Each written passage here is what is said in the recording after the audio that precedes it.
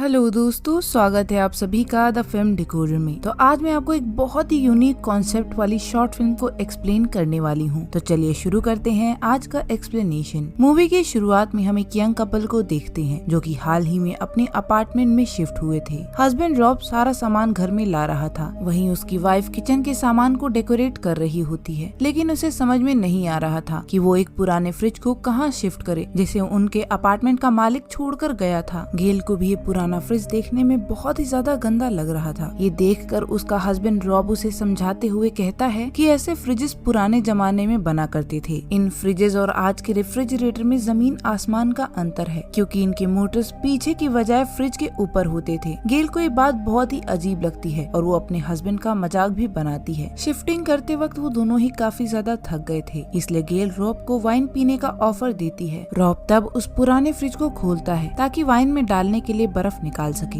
लेकिन जैसे ही वो फ्रिज खोलता है वो बहुत ही ज्यादा सरप्राइज हो गया था, क्योंकि पूरा फ्रिज पुराना होने के बावजूद बर्फ से खचाखच भरा हुआ था। वो उसमें से थोड़ी बर्फ निकालकर अपनी ड्रिंक में डाल देता है, लेकिन जैसे ही वो वाइन की घूंट लेने ही वाला था उसे बर्फ में कुछ अजीब सी चीज नजर आती है। इसके बाद जब रॉब उस चीज को पास लाकर देखता है तब उसे अपनी नजरों पर यकीन ही नहीं हो रहा था। वो तुरंत ही उस बर्फ के टुकड़े को गेल को देते हुए कहता है कि बताओ तुम्हें क्या नजर आ रहा है। गेल तुरंत ही जाकर मैग्नीफाइंग ग्लास लाकर उसे चेक करती है तो उसे उस बर्फ के टुकड़े में मैमथ नजर आता है जिसे भाले लगे हुए थे। अब दोस्तों, मैमथ जानवर हमारी धरती पे बहुत ही पहले विलुप्त हो गए थे, इसलिए ही रॉब और गेल उस बर्फ के टुकड़े में मैमथ को देखकर काफी ज्यादा हैरान होते हैं। गेल फर्दर इन्वेस्टिगेशन करने के लिए फ्रिज खोलकर बर्फ की कुछ परत निकाल देती है। फ्रीजर के अंदर का नजारा देखकर वो बहुत ही ज्यादा सरप्राइज थी, इसलिए वो हैरान होकर रॉब को भी बुलाती है। रॉब भी जब फ्रिज को देखता है तो उसके भी होश उड़ जाते हैं, क्योंकि वो देखता है कि उस फ्रीजर में पूरे प्राचीन संसार बसा हुआ है। करीब से देखने पर उन दोनों को पता चलता है कि इस फ्रीजर में बसी दुनिया का समय काफी ज्यादा फास्ट है और ये काफी जल्दी ग्रो कर रहा है,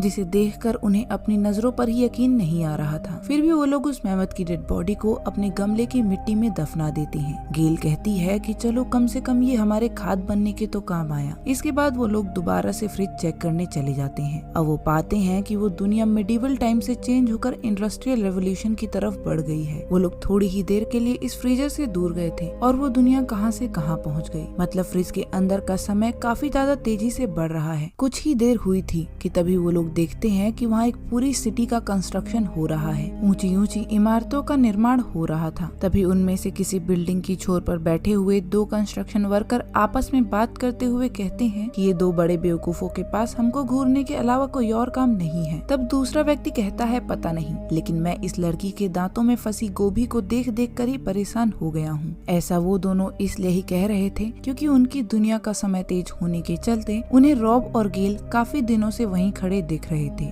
लेकिन असल दुनिया में तो कुछ ही मिनट्स हुए थे। देखते ही देखते वहाँ ढेरों सिटीज खड़ी हो जाती हैं और थोड़ी ही देर में वो लोग फ्यूचर तक पहुँच चुके थे। तभी अचानक वहाँ एक मिसाइल आकर फटती है, जिसके चलते रॉब बहुत ही ज्यादा घबरा जाता है और गेल उसे सहारा देती है। इस ब्लास्ट के चलते रॉब की शक्ल पूरी लाल हो गई थी। दरअसल उस फ्रीजर में न्यूक्लियर वॉर चल रहा था। गेल फ्रीज का दरवाजा बंद कर देती है और कहती है कि ये लड़ाई अब जल्द खत्म नहीं होने वाली, इसलिए तब तक हम पिज्जा ऑर्डर कर लेते हैं। पिज्जा खाते खाते रॉब कहता है कि 1 घंटे से ऊपर हो गया होगा, क्या पता वहाँ अब सब कुछ ठीक हो गया हो। गेल को लग रहा था कि शायद अब दुनिया न्यूक्लियर वॉर के बाद खत्म हो गई हो, लेकिन रॉब देखना चाहता था, इसलिए वो फ्रिज खोल देता है और वो लोग उस दुनिया का ब्राइट फ्यूचर देखकर सरप्राइज हो जाते हैं, क्योंकि वहाँ मौजूद थी आधुनिक कार्स और बिल्डिंग्स। वो लोग अभी बिल्डिंग को देख ही रहे होते हैं कि तभी वो लोग एक पिरामिड नुमा बिल्डिंग को देखते हैं, जो कि धीरे धीरे सभी बिल्डिंग्स को कैप्चर कर रही थी। गेल को लगता है कि अब शायद इसी पिरामिड में लोग रहने लगे हैं, पर तभी उस बिल्डिंग के बीचों बीच से डायमंड शेप का स्ट्रक्चर निकलता है, जो कि इस पूरी सिटी को ही एब्जॉर्व कर लेता है और जल्द ही उससे एक एनर्जी का गोला बनता है, जो आखिरकार इतना बड़ा हो गया था कि वो फट जाता है, जिससे निकलने वाली रोशनी पूरे किचन में फैल गई थी।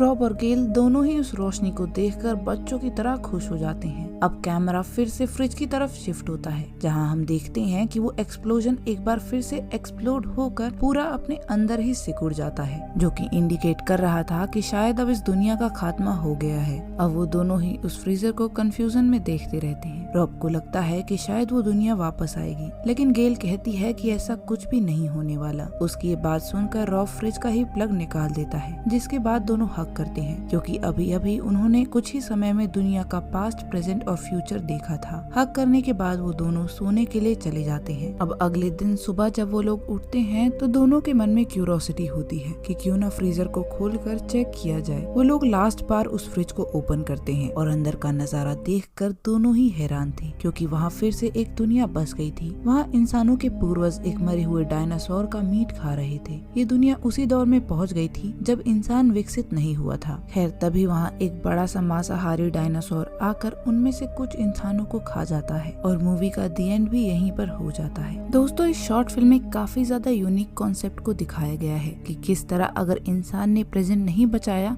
तो चाहे वो कितनी भी तरक्की क्यों न कर ले, दुनिया खत्म ही हो जाएगी। एक सीन में हम देखते हैं कि कैसे फ्रीजर में न्यूक्लियर वॉर चल रहा था, फिर भी गेल और रॉब पिज्जा को एंजॉय कर रहे थे। तो ये दर्शाता है कि हम इंसान किस तरह आसपास के होने वाले चीजों को लाइटली लेकर नेग्लेक्ट कर देते हैं और उस पर ध्यान नहीं देते। अब दोस्तों बात करें उस फ्रीजर की। अब फ्रीजर का ओरिजिन तो नहीं बताया गया है इस मूवी में, लेकिन मेरी थ्योरी के हिसाब से वो फ्रीजर वहाँ पर काफी दिनों से था और इसके चलते उसमें एक डायमेंशन भी खुल गया था, जिससे जो भी इस अपार्टमेंट में आता उसे फ्रीजर में वो मिनिएचर दुनिया दिखाई देती थी। अब रोज ऐसे ये दुनिया बनती और बिगड़ती, जिसे देखकर अपार्टमेंट में रुकने वाले लोग एक पॉइंट के बाद बोर हो जाते थे और बोर होकर ही वो लोग उस फ्रीजर को उस अपार्टमेंट में ही छोड़ जाते और ये साइकिल काफी दिनों से ऐसे ही चला आ रहा होगा। तो गाइज ये थी मेरी पूरी एक्सप्लेनेशन। अब अगर आपको ये एक्सप्लेनेशन पसंद आया है तो वीडियो को लाइक और कमेंट करना मत भूलिएगा। हाँ, चैनल को सब्सक्राइब भी कर दीजिएगा। बाकी मैं मिलती हूँ आपको नेक्स्ट वीडियो में, तब तक